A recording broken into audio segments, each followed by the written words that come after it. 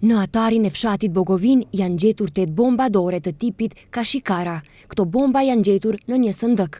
Bombat i ka gjetur një banor i Bogovinës derisa ka qenë duke punuar në fush. Pas kësaj, banori nga fshati Bogovin ka denoncuar rastin në sektorin për punë të brendshme në Tetov, ku ka njoftuar se ka gjetur mjete shpërthyese, ndërsa policia më pas ka njoftuar edhe ekspertët nga Drejtoria për Mbrojtje dhe Shpëtim dhe po ndërmerren masa për zbardhjen e rastit.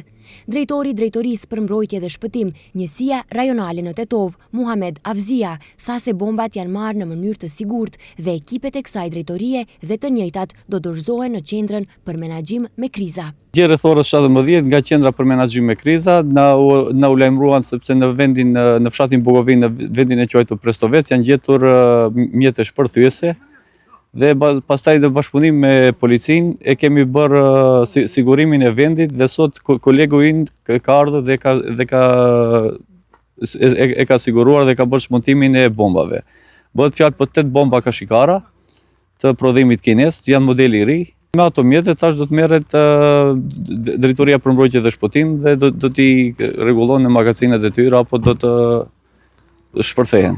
Fillimisht dyshohej se bombat datojnë nga lufta e dytë botërore. Megjithatë, sipas policisë, ato janë të reja dhe bëhet fjalë për Kashikara të prodhimit kinez.